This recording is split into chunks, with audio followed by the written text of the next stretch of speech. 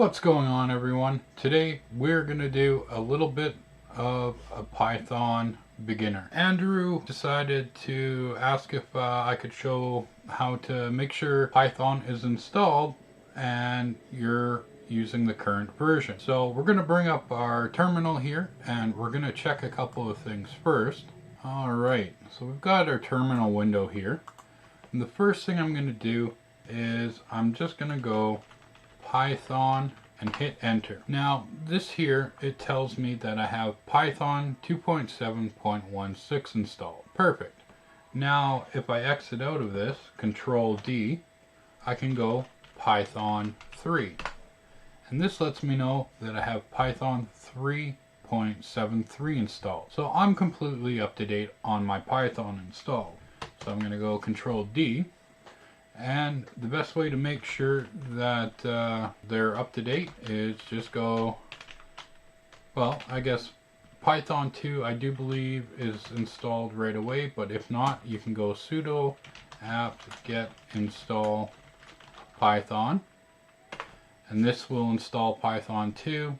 It's already at the newest version, but if you already have it installed and you want to just upgrade it, just do the apt-get upgrade Python, and that will force the upgrade to be done to it. Now with Python 2, we're kind of trying to stay away from that, so we want to make sure we keep using Python 3 as much as possible, because as of I think it's January 2020, there will be no support for Python 2.7. So I'm just going to go ahead and go sudo apt-get install Python 3 and make sure that's installed. Perfect, it is.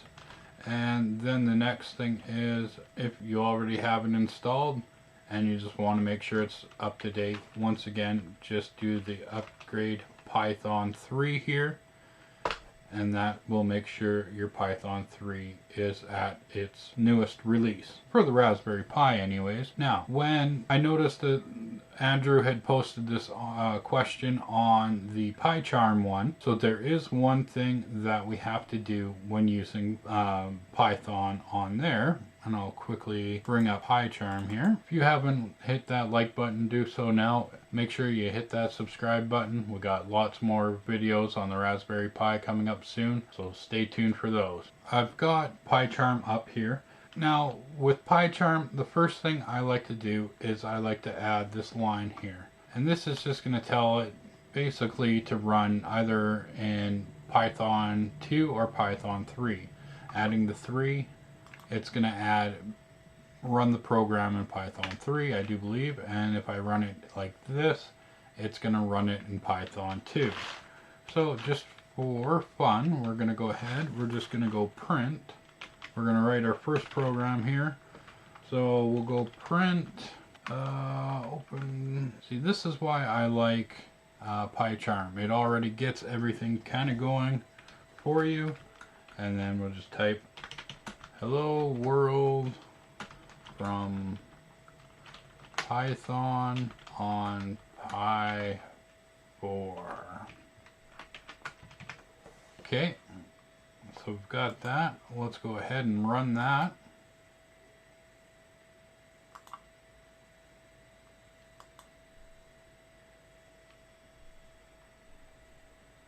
And there we go. We've got hello world from Python on Pi 4.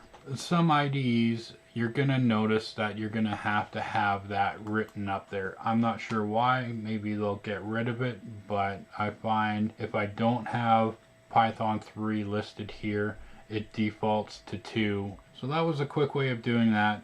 Okay, so there's one more way we can actually check to see what version of Python we're running on our Raspberry Pi.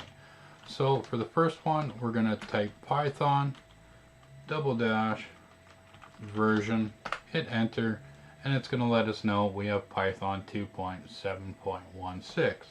And the same is going to go for Python 3.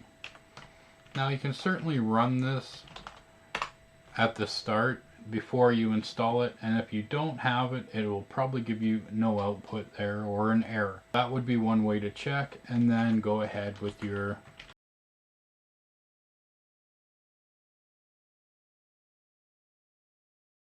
go with your apt-get install Python 3, and then from there you're good to go. Running mu. Mu is my alternative favorite to PyCharm. It's one where I can just kind of mess around with. It's all quick and easy to use. You'll have lots of fun with it, but you can go ahead if you want, and let's just copy that. And you can run all your programs from here. Python, and then enter your hello world, and then it's going to do it. Then go Python 3,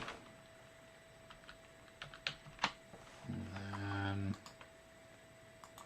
run the same one again, and once again we get the same output.